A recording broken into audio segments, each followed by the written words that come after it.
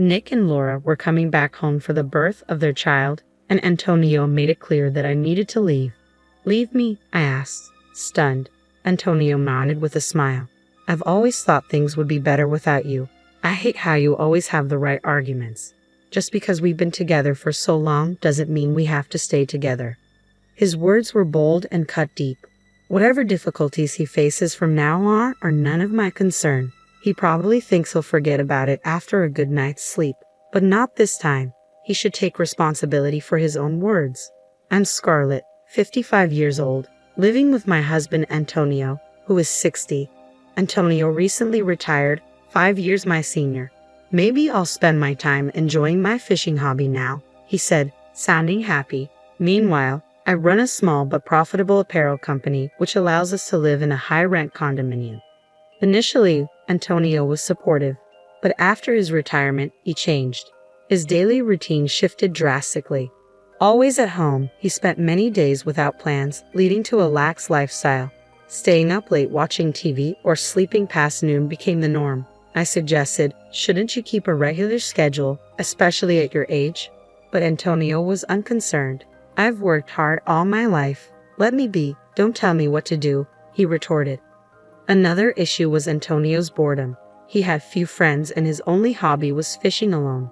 He seemed increasingly idle after retiring and began nitpicking at my housekeeping. Frankly, I'm not great at domestic chores.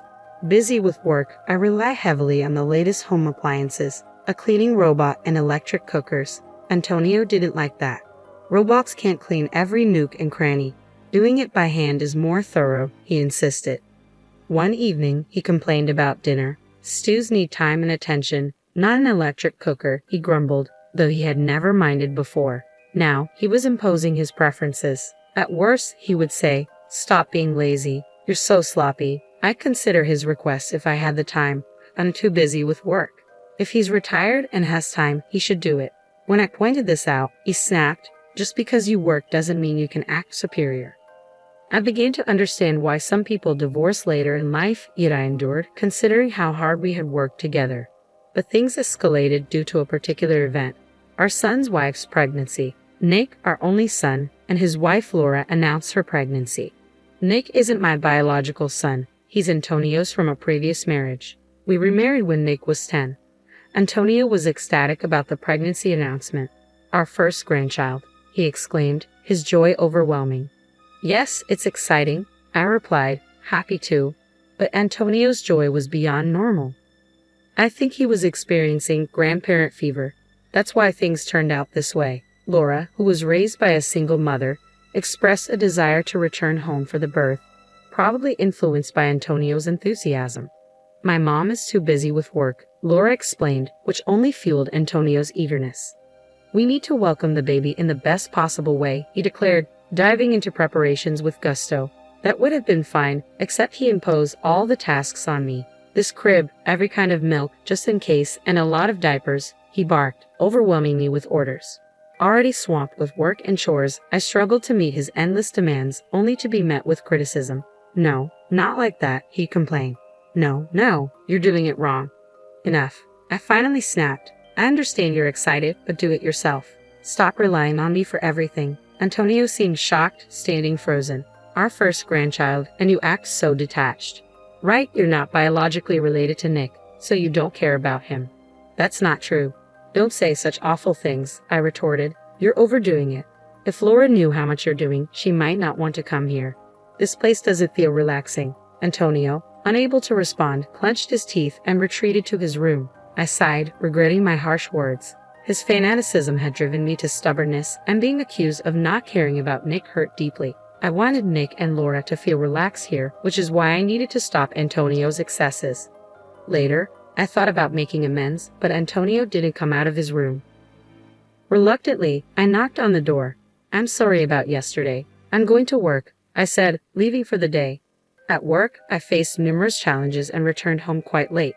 As I contemplated dinner, I found Antonio already sitting at the dining table. I'm home. Sorry I'm late. I'll make dinner as quickly as I can, I said, but there was no reply. Antonio just sat there staring, as if pressuring me. Frustrated, I thought, if he's home anyway, he could have made dinner or at least not rushed me like this. Finally, I broke down. I managed to make crispy fish sandwiches and serve them. Sorry for the wait. Let's eat. Antonio immediately started eating in silence. Were you that hungry? I asked as I sat down and began my own sandwich. Before I was even halfway through, Antonio had finished. He sat up straight and looked at me. What? I asked. Antonio spoke in a low voice. You're all about work, neglecting the housework. His unexpected words nearly made me drop my sandwich. What are you talking about? I'm not neglecting anything. Don't act like it's nothing. Like today, just sandwiches, no salad or soup. That's unacceptable.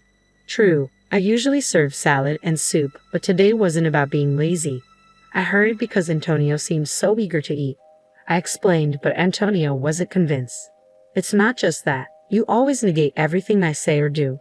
You must think you're better because you're working and I'm retired.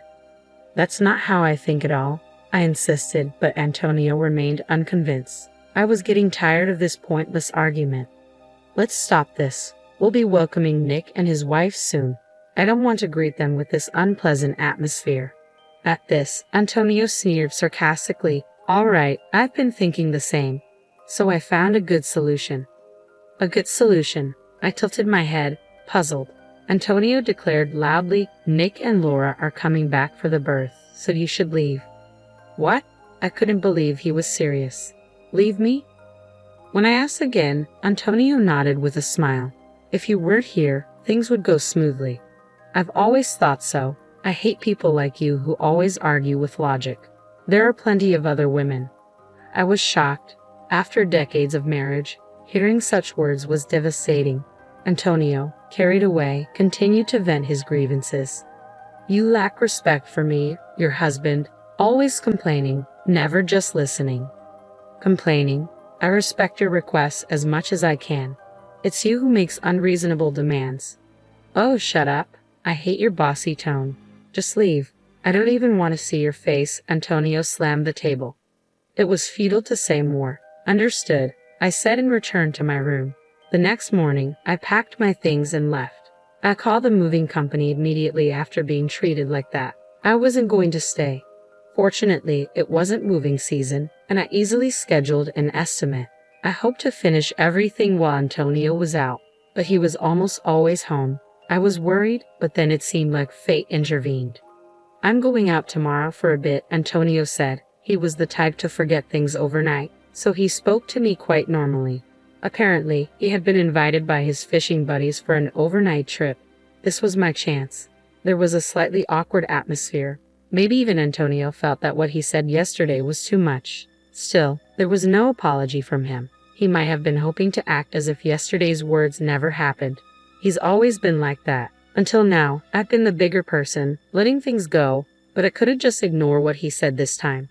The moving estimate came quickly. I planned to take all the furniture and appliances, but there was less than I thought. The problem was finding a place to move to, but that was easily solved. Someone I knew through work offered to lend me a place, a brand new one, no less. Are you sure? I asked again, and they said, Scarlett, you've been so helpful. So, I accepted the offer and immediately went to see the property. It was more than sufficient, with no issues. I moved everything out while Antonio was away. His harsh words left me without regrets. Perhaps deep down, I had grown tired of life with Antonio. The night after I moved, Antonio called. Here it comes, I thought, and answered the phone. Hello. Hey, Scarlett, what's going on? Antonio sounded panicked even over the phone. I almost laughed but responded calmly. What do you mean? My house? It's empty. What's happening? Well, you told me to leave, so I did just that. I took everything from the latest appliances to my favorite dining table. But I only told you to leave. It's crazy to take everything from someone's house. Leaving them would be crazy. I bought all that with my own money. You never contributed, saying you didn't need them. I reminded him. Antonio fell silent, then grudgingly said, Fine, Nick and his family are coming tomorrow. Furniture doesn't matter. He'd be surprised to see the place now. Good, then it's perfect timing. Say hi to Nick for me. There was no point in further conversation, so I quickly ended the call. There was another significant matter, but I didn't mention it since Antonio seemed unaware. The next day, Nick called. We'll be there soon. Didn't Antonio tell you I moved out? Really? Nick sounded surprised but didn't press further. In fact, I sensed more relief than shock in his voice. Cool, Mom's not there. We can do whatever we want then. You're not coming back, right? That's right. I always sensed Nick found me bothersome. He seemed displeased that I didn't pamper him like a biological mother might. You're not as kind as other women, he once said as a child. I thought I was raising him with love so he wouldn't struggle later in life. Well, it's easier for both of us. Laura was uncomfortable too, so see you.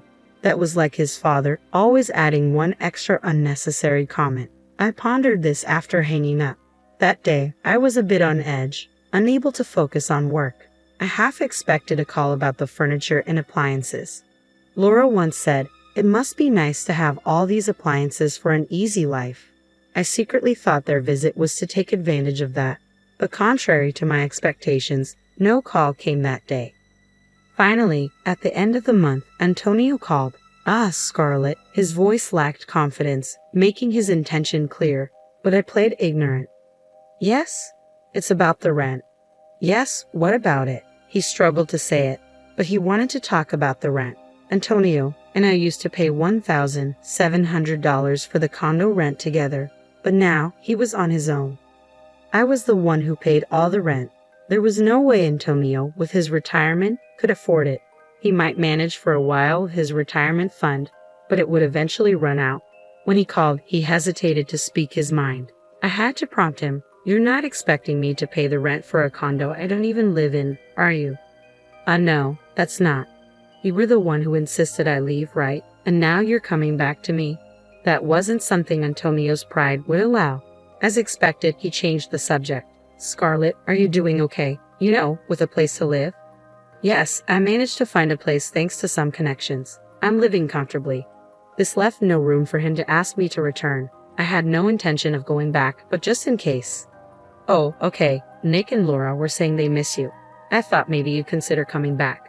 Such words were unusual for Antonio. He must have been really desperate, but I had no intention of returning. "Oh, really? I thought they disliked me." No, that's not. Well, it doesn't matter. I have something important to discuss, so I'll come over." Yes, Antonio replied, sounding cheerful. There was a vital matter to discuss for my future. Later, I visited the condo for the first time in a while. "Long time no see," Antonio greeted, dressed up unnecessarily. No matter how much he dressed up, it was pointless. I walked down the hall into the living room where Nick and Laura were sitting. Clearly, they couldn't live with nothing. New sofas, tables, and a fridge were installed. Nick waved casually, and Laura, though glaring, greeted me. The atmosphere was tense. I wanted to finish what I came for and leave. I sat down as Antonio urged. "So, what did you want to talk about?" Grateful he brought it up, I started the conversation. I thought it was better to handle this sort of thing sooner rather than later. Antonio turned pale the moment he saw what I held out. "You're planning to divorce me?" he asked, visibly shaking as he looked at the filled-out divorce papers. "Yes. Ever since you told me to leave, I've been intending to." "Did you really say that without thinking?" Antonio fell silent. He probably did. He tends to blurt out things in the heat of the moment without thinking ahead. This habit had caused him trouble at work several times. "The last time, you said all those terrible things. I don't want to see your face. There are other women, and more." At that moment, I couldn't see a future with you anymore. He must have remembered saying those things. Antonio kept his head down, sweating. "Yeah, I said it, but that was not really what I meant." "You can say such things even if they're not in your heart." I'm appalled. "Well, it doesn't matter to me anymore. I can't do this anymore."